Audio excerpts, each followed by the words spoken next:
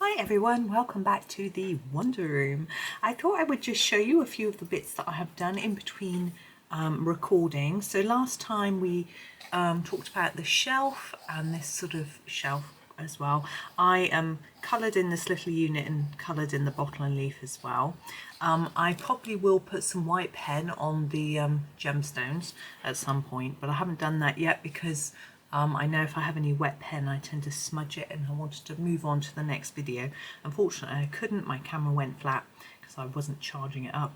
Silly me. But anyway, that's beside the point. I didn't, and I probably put a little bit more white on the edge of the bottle and things like that. That's that. So we have this unit that I did as well. I'll zoom in a minute to that because we're going to work a bit on that one so you'll see it, but I'll just show you I also completed that one. So I think that's all the sort of shells and things done. I also wanted to quickly talk about the pictures. I'm not going to demo any more pictures. I have decided this one I've done a demo of, and every frame is going to be silvery like this. So all these little frames as well as this more ornate frame, even this sort of piece across here. And I thought I would just do those myself. There's not, with a picture you can just do it flat because it may be like a printed. It doesn't have to have lots of shading, but it's completely up to you. So I just thought I would leave those. But I thought I would work on the globe and the ship in the bottle below it. I thought that might be a nice one to do. Let's try and move our book into the centre so you get a nice view of my worn out desk. We should zoom in a little more. There we go. So the ship in the bottle, I have already coloured the background blue using, excuse my plaster, using the blue background that I was colouring because I just figured you'd see through it. And I think this piece of furniture is right up against the wall, so you see the background right through it quite easily. I actually much prefer that to what I did here. I think it's too dark. But anyway, I may, in fact, I am going to show you how to make that lighter if I can find the right pencil. Yes, and my sharpener. This is a Caran d'Ache luminance white. So it's Caran d'Ache. Oops, luminance. There it's luminance. It says white on the end there, and it is really good at laying on top of other colours and toning them down. I'm really hoping this is going to work after so confidently saying that I'm going to do it. I don't know. Yeah, there we go. And so it has sort of made it look more pastel-y. I'm pressing really hard. I want to get a really thick layer. I think that looks much better. Even then I still think it's a little bit dark. You could use a white pen to go over that if it was, or an eraser is another method. But there we go. I'm going to leave it like that. Okay, our globe. Let's just put that pencil to the side. Oh, I've got some, I was testing out some glitter pen earlier and I got glitter over there. I don't want to get it on my hands. So the globe. Now we have a sphere. So we want to make it look rounded, and we also have islands and sea and things like that. I'm going to do this in a slightly different order. I'm going to colour in the islands and the sea first and then try to make it look rounded afterwards. Let's see if it works. It'll be an interesting experiment. Now I find it quite tricky knowing what colour to do the land on a globe. Sometimes people do it quite yellowy like deserts, and some people do it a bit more greeny. I decided I'm going to use this colour, which is the something green yellowish. It's not earth. It is, where's my piece of paper? It's not earth green yellowish. It is my chart. It is the olive green yellowish 173. There we go. So this is, I'm going to use this on the edges of all the land and sort of try and fade it in a bit as I go. It's quite brown because I'm thinking I sort of wanted to get something in between the green and the sort of deserty yellow, so that's why I decided to go for this. It's also quite a different green to the one in the picture above, which means it will look a bit different, which is good. Oh, I got myself all ready to do my next video quite quickly after I finished colouring all the brown. or the wood, and I got a cup of tea, sat down, and the camera was flat. So I thought I would try and sort out my Australian tax number instead. And it turns out that you need to verify your email address. Fine, absolutely no problem with that. But the e-verification code emails were taking 10 minutes to reach me. So, and it kept saying they'd expired. I spoke to the support and they say you've only got 4 to 6 minutes to put them in. Oh dear. So she said, do you have any other email addresses that might be quicker? No, I don't. All of my email addresses are all my business email. So they're all from the same root, from the same place. So I didn't think it would make any difference. Now we're going to move to the Earth Green Yellowish, which is one of my fave colours. Oh, there you can see that now. There we go. And just sort of go over what's there and pull it in towards the middle. Just pull that colour in. So she said she was going to try and get the technical team to send me a dummy email or something, but I figure actually my kids have got like Hotmail accounts, so I might be able to use theirs. She said, oh, you don't have to use the one you're registering for with, just any email, which for me felt a little odd. I would have thought it would have needed to have been the one you were registering with. Surely that's the whole point, but maybe not. Maybe it's just a test to make sure you're not a robot. I don't know. But anyway, I'm waiting now, and hopefully it will get resolved soon enough. In the meantime, if I make lots of money on my Australian Amazon affiliate links, I will be paying 47% tax. Ooh, it's quite high, isn't it? Now I'm trying to think of a sort of yellowy, browny, greeny colour that I want for the centre of these. Sort of tone it together.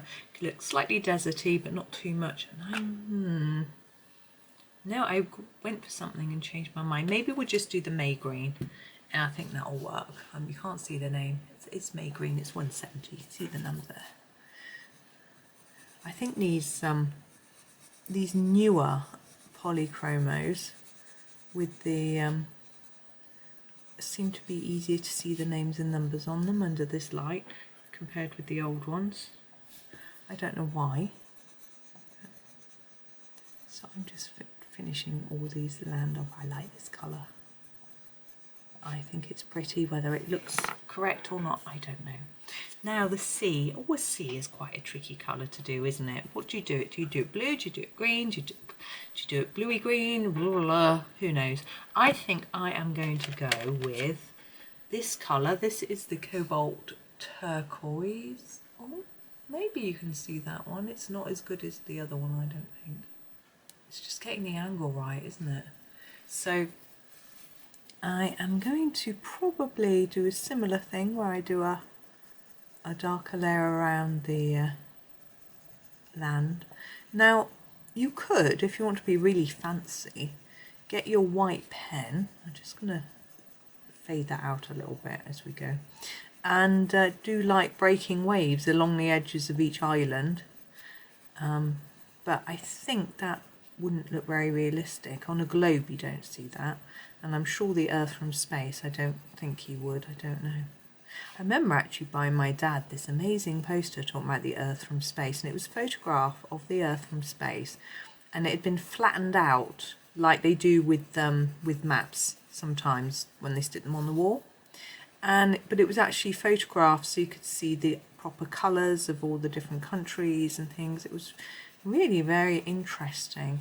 I used to have it hung up. I think it came with a sort of special plastic tabs you put on each end, so you could put a string through and hang it up. It was really quite interesting.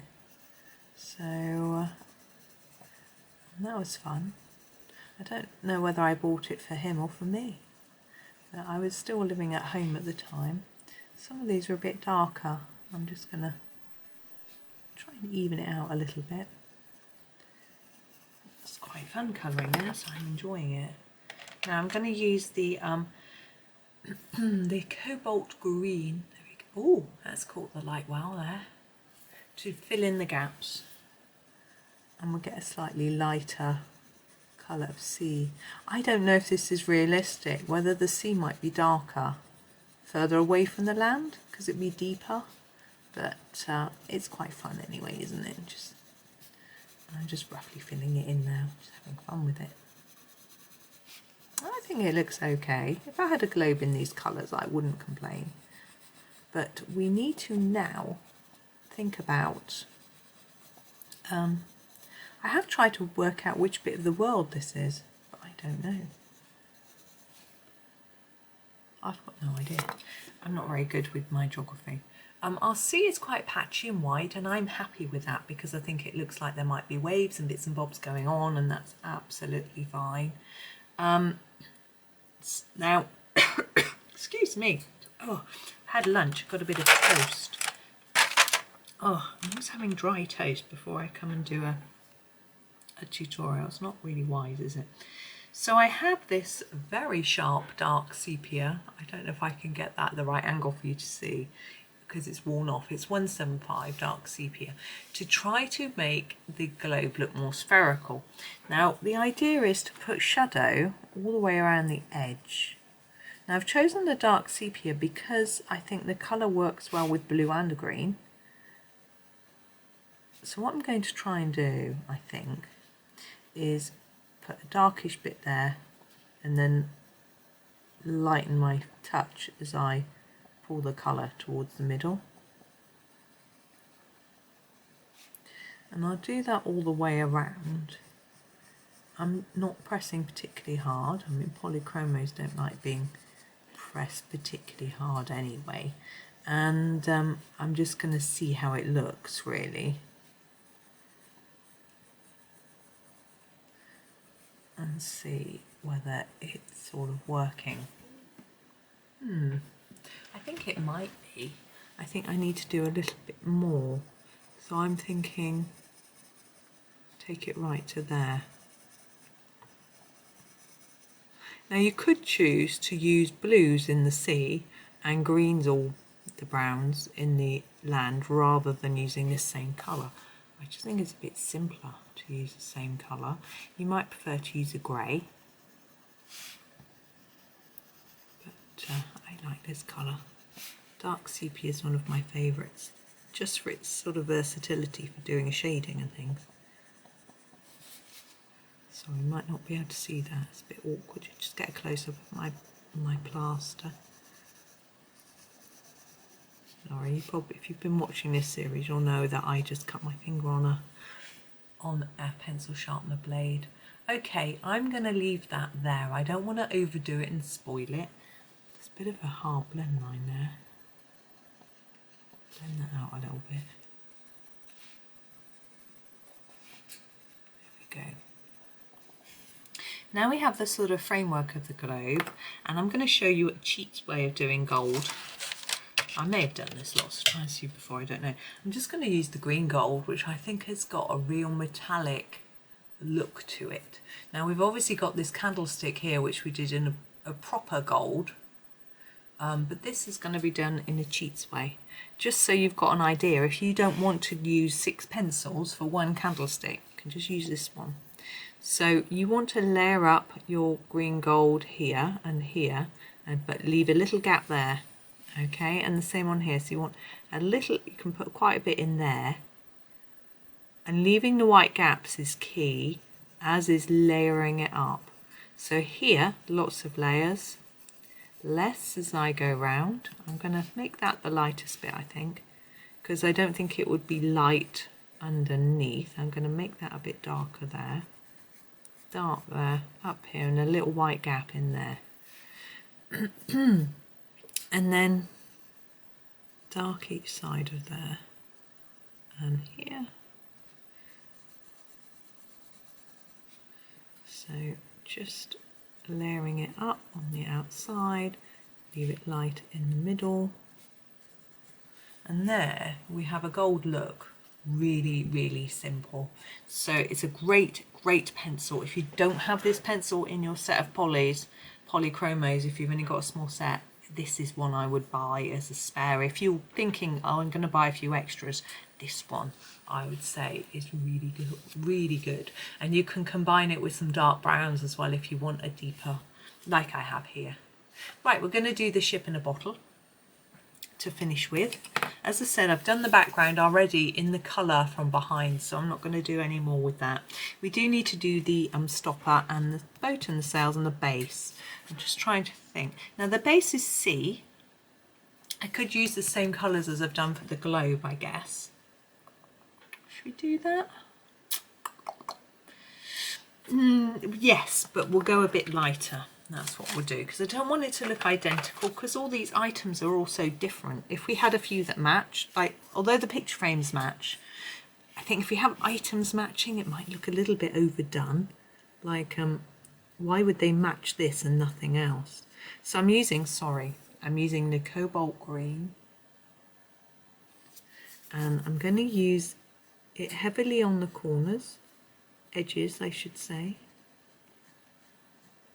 like that, and then fade it in and then leave it and grab a lighter one.